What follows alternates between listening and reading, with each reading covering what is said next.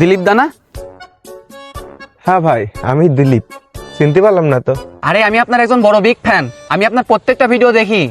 হ্যাঁ, আমি কি এমন ভিডিও বানাই যে আমার একজন ভক্ত আমার সাথে দেখা করতে আইছে।